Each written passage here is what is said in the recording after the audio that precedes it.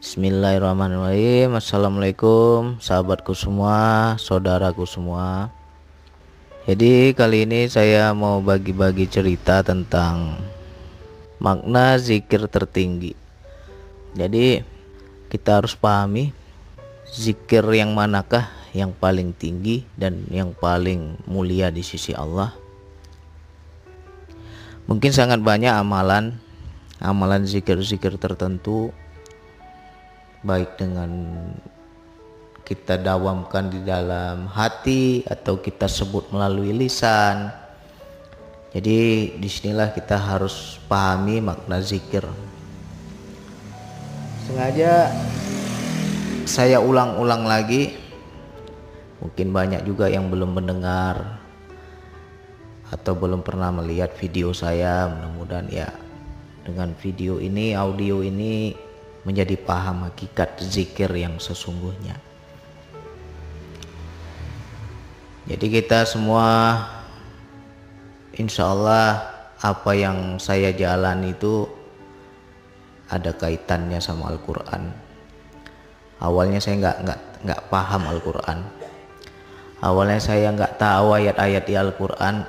Tapi ketika menjalani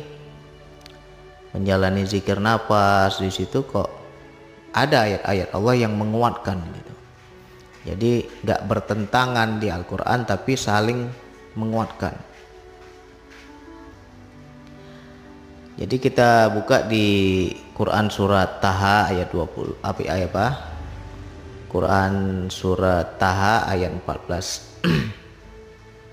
Di situ Allah bilang apa? Sungguh aku ini Allah, tidak ada Tuhan selain aku. Maka sembahlah aku dan laksanakanlah sholat untuk mengingatku. Jadi di sini kita harus pahami dahulu apa tujuan sholat. Nah, tujuan sholat itu adalah mengingat Allah. Dan di situ bahasa Qur'annya adalah berzikir kepada Allah. Jadi orang yang sholat sudah pasti dia berzikir.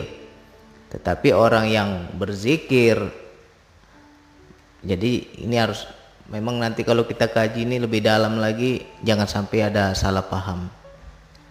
Sangat banyak orang yang menjalani makrifat hakikat ketika dia sudah bisa sholat doim atau yang dikatakan sholat yang terus menerus.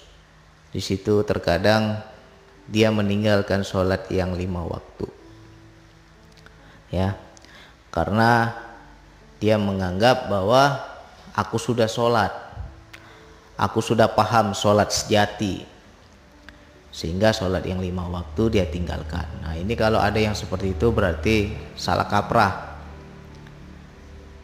Orang-orang yang seperti itu adalah orang yang salah kaprah. Boleh kita memahami hakikat sholat, tetapi tetaplah yang 5 waktu harus kita kerjakan.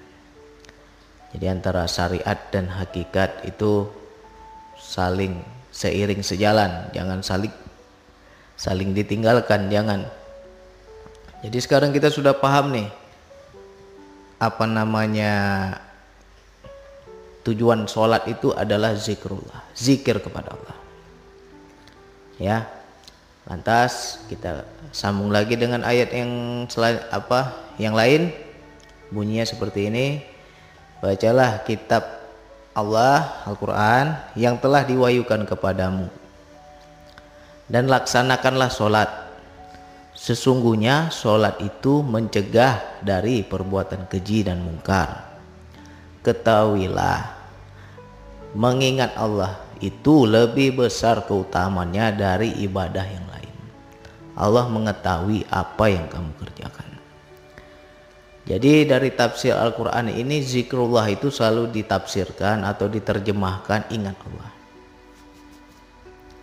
Tetapi bagi kita yang pengamal zikir nafas, kita akan memahaminya dengan sadar Allah, bukan ingat Allah. Kenapa bang? Itu kan tafsirnya kan sudah jelas ingat Allah, kenapa kok dirubah jadi sadar Allah? Nah, jadi ya kita harus pahami bahwa yang dikatakan ingat itu bukan sekedar ingat, tapi ingat yang lebih dalam, yaitu berisan atau tersambungnya kesadaran jiwa kita kepada Allah. Jadi teman-teman harus pahami kenapa dengan sholat bisa mencegah keji dan mungkar ya. Di sini yang harus kita introspeksi dan tanya pada diri kita masing-masing, sudahkah kita sholat? Nah, sudah bang, 5 waktu nggak pernah tinggal bang, malah lagi sholat sunat lagi, macam-macam kan. Nah, jadi itu yang harus kita lihat, benarkah sholat kita itu sudah bisa mencegah keji dan mungkar? Kalau belum bisa mencegah keji dan mungkar, berarti belumlah sholat ya. Baru sembahyang itu belum sholat. Kalau orang yang betul-betul sholat, keji dan mungkar pasti terhindari. Tapi kalau kita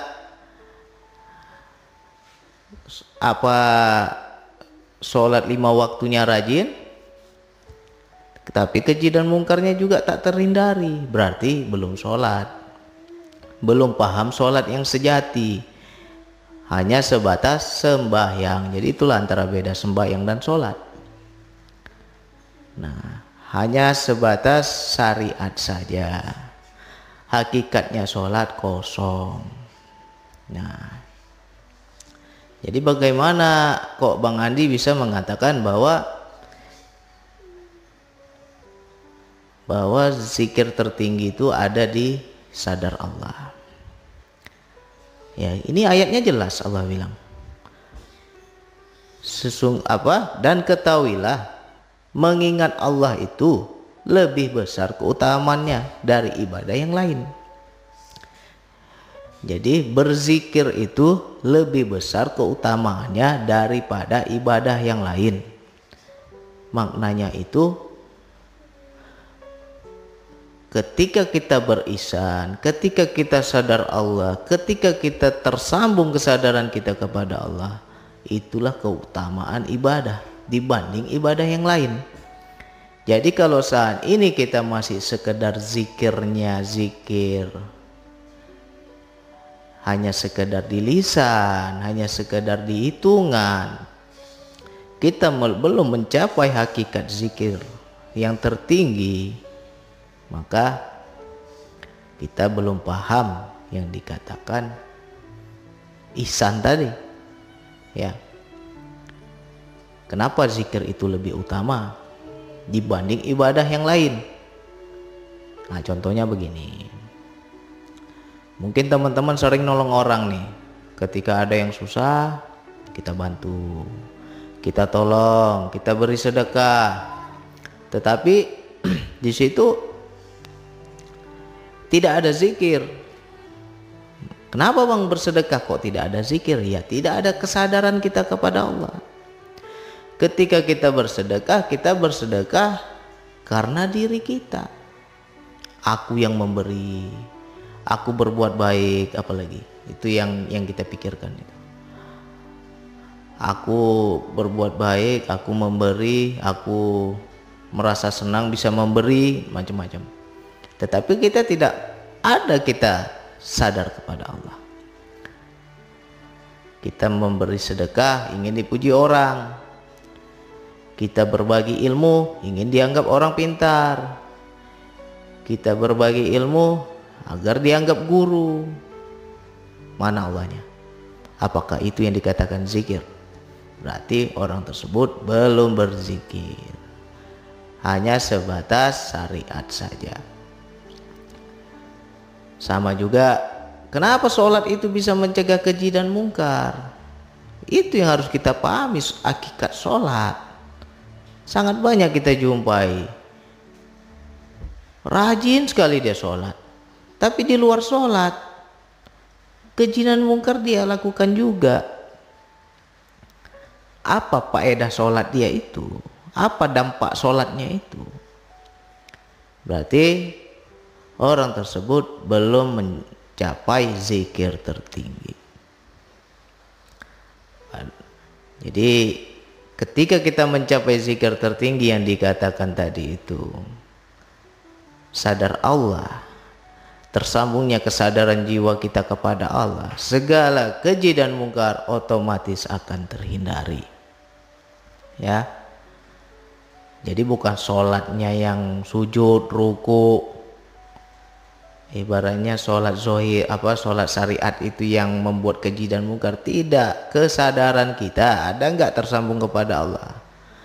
Jadi sholat yang 5 waktu itu hanya sebatas perantara atau jalan atau ritual untuk mendekatkan diri kita kepada Allah. Tapi apabila mencapai zikir yang dikatakan tadi, sesungguhnya sholat itu untuk mengingat aku, kata Allah. Kalau kita sudah mencapai ada kesambungan kita sama Allah itu, barulah keji dan mungkar bisa kita hindari. Jadi banyak versi, banyak kalimat, banyak kata. Kalau saya bilang sadar Allah itu adalah zikir tertinggi. Tapi kalau orang lain mungkin yang belajar ma'rifat, mereka akan mengatakan sholat sejati. Jadi zikir tertinggi sadar Allah ini dengan sholat sejati itu sama. Hakikat sholat, ya kan. Jadi yang harus kita pahami, percumalah kita tiap hari belajar mengaji, tiap hari ngomong kaji diri, kenal diri, kenal Allah, apalagi zikirnya sampai berjam-jam, ratusan, ribuan, puluhan ribu kali kita komat kamit kan. Tapi dalam kehidupan tidak ada zikir. Dalam kehidupan tidak tercerminkan pada perilaku. Masih juga sombong, masih juga suka merendahkan orang lain, masih juga sepele sama orang lain, merasa benar. Di mana letak zikirnya? Jadi sangat kecil orang-orang yang mencapai zikir tertinggi ini, sangat sedikit. Apabila ia mencapai ihsan, mencapai sadar Allah, itulah zikir yang tertinggi. Jadi segala gerak hidupnya itu ada Allahnya. Mau begini ada Allah, mau begitu ada Allah, mau macam-macam, takut aku disaksikan Allah. Makanya keji dan mungkar akan terhindari. Nah, jadi kalau kita mau mengetahui siapakah ahli zikir yang sesungguhnya, ya, kalau kita ingin mengetahui, jangan diukur dari ilmu. Kalau teman-teman mengukur dia dari ilmu karena dia guru, karena dia banyak pengikutnya, karena dia memahami sebuah ilmu tertentu, tertipulah kita. Jadi macam mana bang melihatnya bang? Lihat akhlaknya. Antara ilmu sama akhlak sebanding nggak? Kita lihat.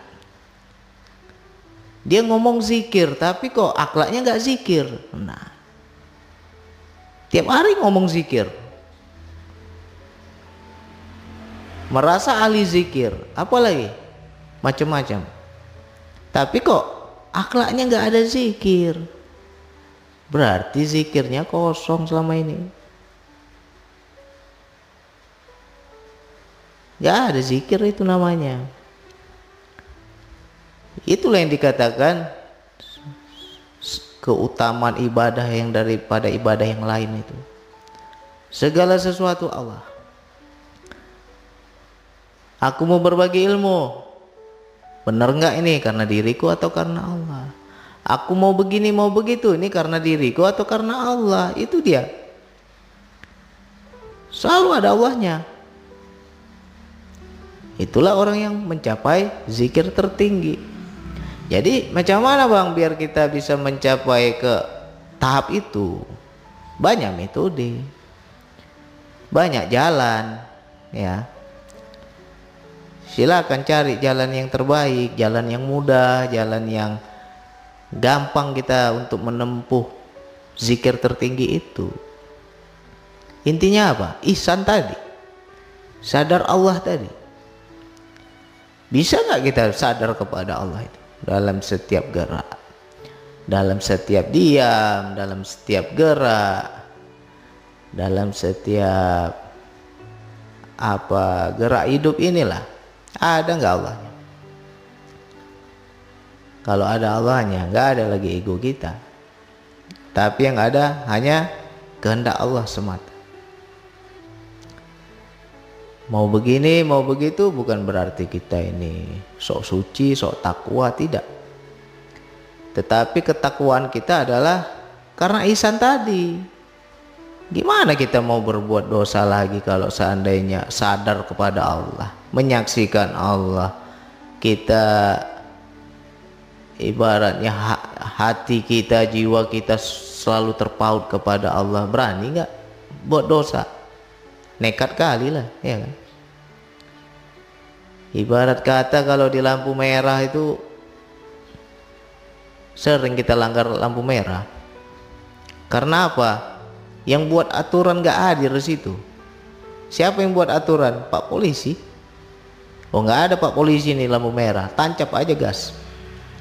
Tapi ketika ada Pak polisi di situ, di lampu merah itu berdiri dia di situ, padahal dia nggak lihat kita, tapi dia berdiri aja. Tapi karena kita merasakan kehadirannya, nggak berani kita langgar lampu merah tuh, malah takut kita, ya.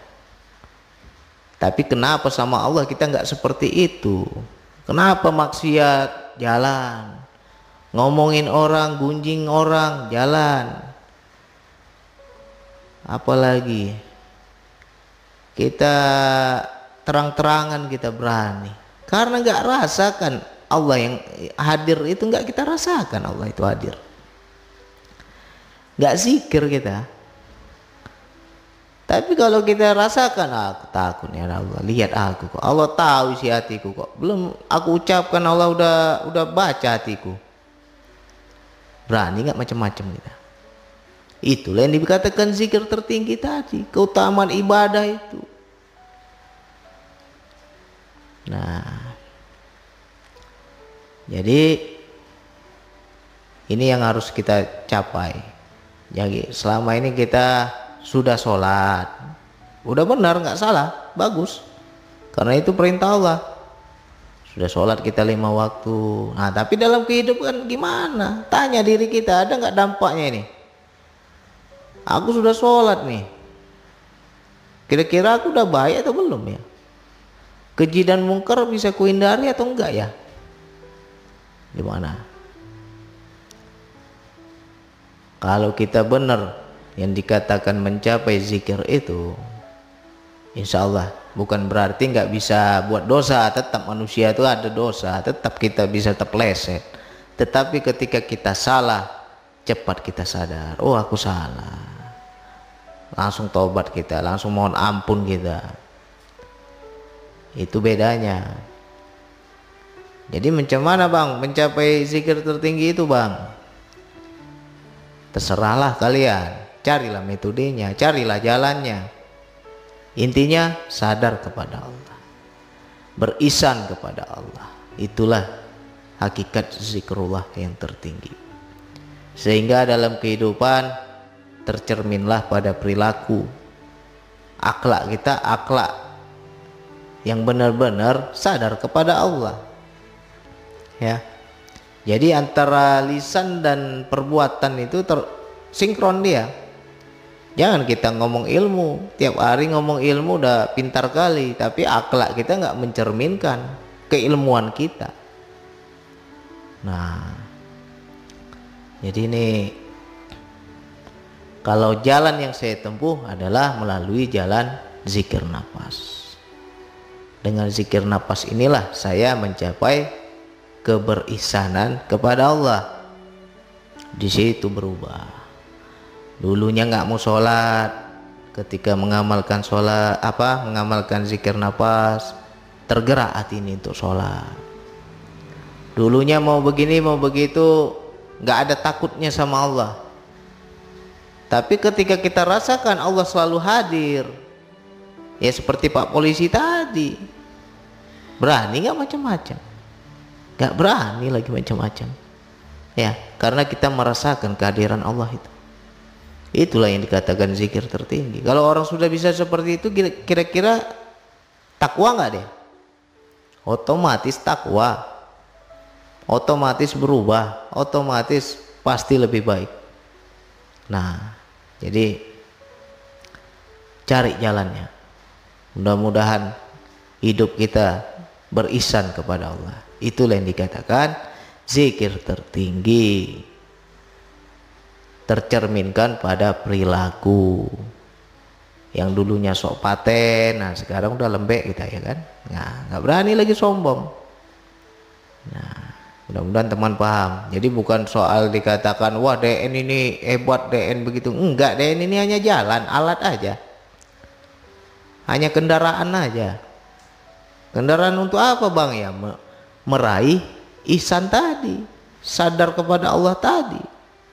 Kalau sudah bisa seperti itu, itulah zikir yang tertinggi. Nah, contoh nih, sekarang dengar nggak teman-teman suara azan itu? Nah, kalau kita ihsan, Allah itu yang sedang panggil. Tapi selama ini kenapa ketika kita mendengar azan tuh numpang lewat aja azan? Tapi kalau kita sudah dengar seperti ini, kesadaran kita nyambung, Allah sudah panggil-panggil itu. Gelisah hati kita kalau nggak sholat. Yaitu sedikit atau salah satu contohnya. Oke, sekian dari saya. Mudah-mudahan ini manfaat, mencerahkan. Sekian dari saya. Wassalamualaikum warahmatullahi wabarakatuh.